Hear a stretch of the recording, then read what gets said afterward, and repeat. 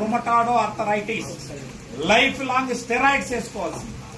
దానికి ఏం పరిష్కారమో ఆమె ముందు ఎట్లా ఉంది, ఇప్పుడు ఎలా ఉంది, ఆమె పడినటువంటిదంతా కూడా వివరించడం. సార్ దయచేసి సైలెంట్ గా ఉండాలి. అందరికీ నమస్కారం అండి. సో నాకు రిమటాయిడ్ ఆర్థరైటిస్ ఉందని చెప్పి బెంగళూరులో ట్రీట్మెంట్ తీసుకుంటా ఉన్నాను. సో ఎంత ట్రీట్మెంట్ తీసుకున్నా సో సైడ్ ఎఫెక్ట్స్ చాలా ఉంటాయి. So everyday minimum 5 to 6 tablets తినాలి. సో అది కాకుండా 2 months వన్స్ చెకప్కి వెళ్ళాలి, బ్లడ్ టెస్ట్ అన్నీ ఉండేవి. సో అంత టాబ్లెట్స్ తింటూనినా కంట్రోల్ అవ్వడానికి యోగా లాంటివి అవసరం అయ్యేవి. సో ఈ మెడిసిన్ గురించి విన్న తర్వాత ఒకసారి ట్రై చేద్దామని చెప్పి స్టార్ట్ చేశాము. స్టార్ట్ చేసిన అలోపతి స్టాప్ చేసేసి ఇవి స్టార్ట్ చేశాను నేను. ట్రై చేస్తే స్లోగా అయినా రిజల్ట్స్ ఉంటాయని చెప్పి.